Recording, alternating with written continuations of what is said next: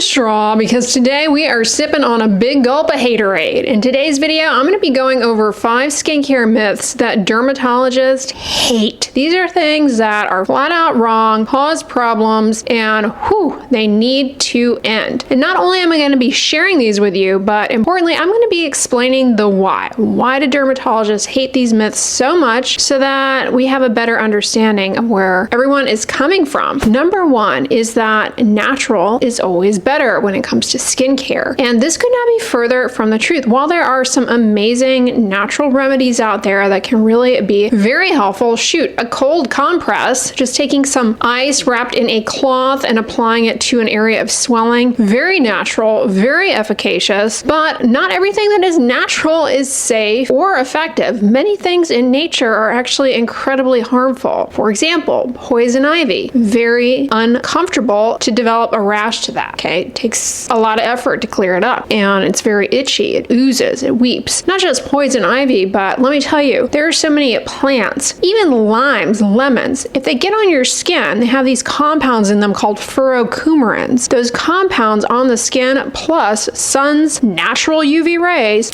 do they incite violence on the skin? You get this blistering rash known as a phytophotodermatitis. Now, this is where people are flat out wrong and honestly just looking to find negativity where it's simply not there. And it's the statement that I see over and over again. Dermatologists, physicians, the medical industrial complex is not interested at all in natural remedies because they can't make money off of them. So many amazing therapies, medications come from all natural stuff. The difference here and what trips people up is that they get a little phobic of the synthetic aspect of things. But here's where the synthetic aspect of things is much safer in that it isolates, purifies, and doses the helpful part of the natural compound and removes the unhelpful, toxic, and dangerous aspects of the plant or the natural compound. And then it seeks to study the appropriate exposure, the appropriate route, how best to utilize that amazing compound ingredient property to treat disease, and then studies it to find out which people, which age groups, which disease categories, extents benefit the most from these natural compounds. For example, some treatments that we use in office to treat warts come from compounds isolated from beetles, very natural. Some compounds that we use in dermatology come from a variety of plants, not just dermatology, but medicine as a whole. Aspirin derived from willow bark, okay? It doesn't get any more natural than that. Natural stuff, just taken in its pure form and applied to the skin or taken internally, can cause serious harm. So that's why the natural is better approach can lead you down a dark, itchy path. Number 2 is that, it's cloudy out, you don't need sunscreen. You only need to wear sunscreen when it's super sunny out, and that is false. I'm a big advocate of wearing sunscreen, at least your face, every single day, and people find that to be a bit extreme, and I can understand why in certain areas of the world where you don't get a lot of sun exposure, the sun is not particularly intense, that may end up being not very cost effective to do. However, I find that it is a lot easier to do that than to do it intermittently and have it fail because you're not in the habit of doing it. And the studies that we have show that wearing sunscreen daily as a behavior is what ends up yielding the best results in terms of preventing sun damage and preventing sun-induced skin cancers, which primarily affect people of paler skin types. We also have studies that show that daily sunscreen use is most beneficial for people who have richly melanated skin that heals with hyperpigmentation. So it's very advantageous. But getting back to the myth of the cloudy day, just because there are clouds in the sky does not mean that the UV is not accessing your skin. You can get a sunburn when it's cloudy out. Cloud coverage does block a little bit, but not 100%. Just like you can get a sunburn in the shade. Sun's UV rays, they do reflect off of surfaces too and get back up onto your skin. So that's another thing you have to factor into things and why sunscreen is a really helpful additional measure. But as I pointed out in many of my videos throughout the years, as often as I can, you don't want to rely on any one particular sun protected behavior in isolation. They work best when paired together. For example, sunscreen plus shade, amazing. Myth number 3 comes up a lot, and I believe I mentioned it in my recent video on oily skin myths, and that is if you have oily skin, you can skip moisturizing. Now, honestly, that might might be true for some people. They may find that they don't really need to use a moisturizer. Moisturizer has never necessarily brought them any additional benefits. They don't have any skin problems. Their skin's not necessarily dry. And it's like, why buy something and use something if I don't feel as though it is helping me? If that is you, I get it. Probably not a need there for using a moisturizer. But if you have oily skin, it is not necessarily moisturizing your skin like you think it is. It's true that to a certain extent it does offer some moisturizing properties, but it's not really a great moisturizer. It's not great in terms of its ability to really help your skin barrier out. In fact, many people with oily skin, they also have barrier issues, skin barrier issues. Their skin loses water more readily. Oil on the skin surface oxidizes as we go throughout our day, can be very inflammatory. That can contribute to breakouts. And a lot of people who have oily skin, aka seborrhea, they may have acne, they may have seborrheic dermatitis, and both of these conditions are known to have also with them an impaired skin barrier. And both of these conditions have been shown to benefit from consistent use of a moisturizer to help aid in barrier recovery and maintenance of the skin barrier, to help retain water, hydration, so that the skin doesn't lose water as readily, and so that things such as topical medications used to treat these conditions are a lot less irritating, a lot less drying. In fact, acne patients who moisturize their skin are often better able to tolerate their topical medications. When they're better able to tolerate those topical medications, guess what? They're more likely to use them. And guess what? These medications, they only work if you use them. So, spoiler alert, they get better results, all because they're incorporating some kind of moisturizer to make the topical even more tolerable. Many pharmaceutical companies have honed in on this important aspect of improved adherence to the use of topical medications, in that they try and formulate newer pharmaceutical topicals that have a variety of moisturizing ingredients. For example, Altreno lotion, a topical retinoid, is formulated with hyaluronic acid, collagen to be more hydrating, more moisturizing, and it is allegedly a lot less drying and irritating. Although to one extent that is better than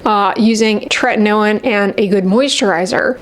All that to say, oily skin can definitely benefit from the use of a moisturizer. I think a big reason why people with oily skin are apprehensive or resistant is that moisturizers may feel greasy on the skin surface admixed with your background oils, and also they may fear that moisturizers are going to clog their pores, which people who have oily skin are a lot more inclined to deal with comedones, blackheads, and whiteheads. As a matter of fact, they are a part of acne, an oily skin condition. But what if I told you that moisturizers actually might end up reducing pore clogging because they help to improve the water content in your skin, and ultimately that supports better barrier turnover, better skin cell differentiation to reduce pore clogging in the long run. Even petroleum jelly, which is the most occlusive thing you could put on your skin, it has really, really good longevity on the skin as opposed to many other topicals. Even that, while it feels super greasy, super oily, if you have oily skin and you try to do slugging, for example, it's actually been shown to help people who have acne to have less severe breakouts. Even that. But you don't have to use petroleum jelly all over your face if you have oily skin. I get why that might not be to your liking. Instead, choose lightweight hydrating moisturizers. I find that people with oily skin frequently do well with moisturizers that are based on dimethicone or other silicones. These are a lot more breathable on the skin surface. They mix with your oils in a certain way so as to not be as greasy or as heavy on the skin surface, but they do a really good job reducing transepidermal water loss. Myth number 4 continues to get perpetuated, and that is that certain products are going to be useful for shrinking pores. And you really can't shrink your pores. Well, you can, but not quite how I think people think that you can. So pore size is, for the most part, fixed. A lot of it is dependent on your genetics. If you have larger oil glands, that dilates the pore that the oil gland is attached to and can make pores more prominent. A big factor, though, that no one talks about when it comes to our pore size outside of just our genetics and how our skin was designed is sun damage. Sun damage in the skin destroys the supportive framework around the pore, dilating the pore opening. So sun protection can help your pores not become dilated over time. Speaking of which, while there's nothing that will necessarily shrink pores, if you do have dilated pores as a result of loss of collagen, you can utilize things like topical retinoids, red light therapy to improve collagen production with long-term consistent use, and ultimately that can help diminish the appearance of pore size. But be 100% with your sun protection, because like I said, sun damage, the UVA rays destroy the collagen, and that leads to pore dilation. Another sneaky thing that actually has been shown to reduce pore size is Botox or any neuromodulator. I have a whole video on neuromodulator for reducing pore size. It definitely can work. But a particular face wash or face mask, it's not going to shrink your pores. All right, and the last myth that is really annoying to hear on social media especially, really angers me too when I see this myth perpetuated by people selling something else. And that is the statement that Accutane is a Band-Aid solution. Whew. All right, let's break that down. Accutane, branded name for isotretinoin, an oral retinoid that quite literally was one of the most game-changing inventions in dermatology. Changed the trajectory of lives for the better. Before Accutane, if you had acne, nodulocystic acne, scarring was the outcome, okay? You were going to likely have scarring in some capacity. Ice pick scars, rolling scars, boxcar scars. When isotretinoin came on the scene, it completely changed that because it's really the only medication that can being the key word here, can cure the acne. It can shrink those abnormally dilated and enlarged and active sebaceous glands that are driving the seborrhea. It has so many benefits for acne, and it keeps people from having disfiguring, scarring acne. Completely has changed lives. Now, there are side effects with isotretinoin for sure. Under the care of your healthcare provider, board certified dermatologist, as it should be administered by your healthcare provider, not something that you get online. Okay, nowadays you can get anything online and DIY it, and that is scary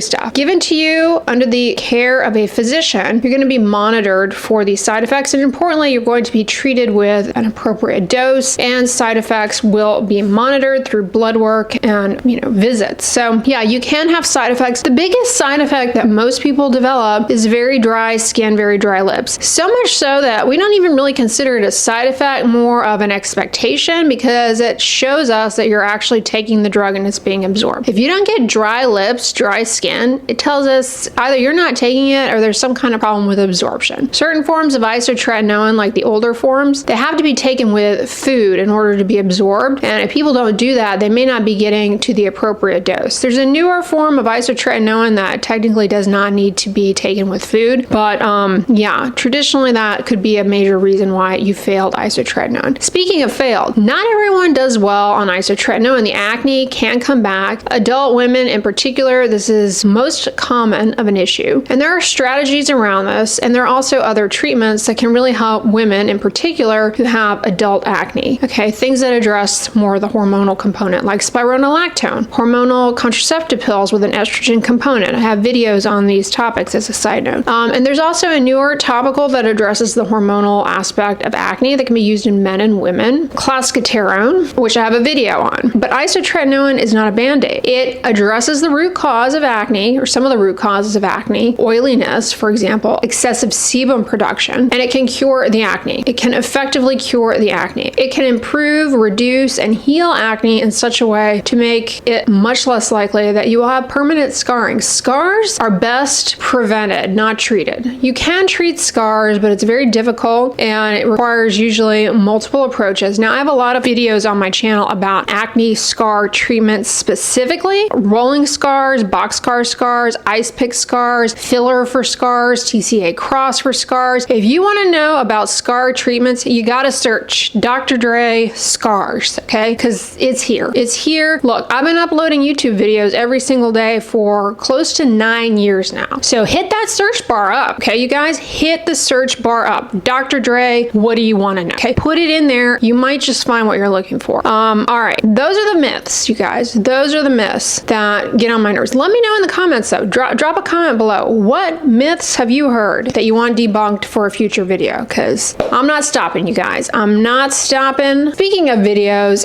if you missed my oily skin myth debunking video, it's going to be on the end slate. And in the description box and a pinned pinned comment. I'm going to put a bunch of videos debunking even more myths, because let me tell you, there is a lot of nonsense, a lot of noise out there that can be in your ear, and you just want to lower and mute that. Mute that, all right? But if you guys enjoyed this video, give it a thumbs up, share it with your friends, and as always, don't forget, sunscreen and subscribe. I'll talk to you guys tomorrow. Bye!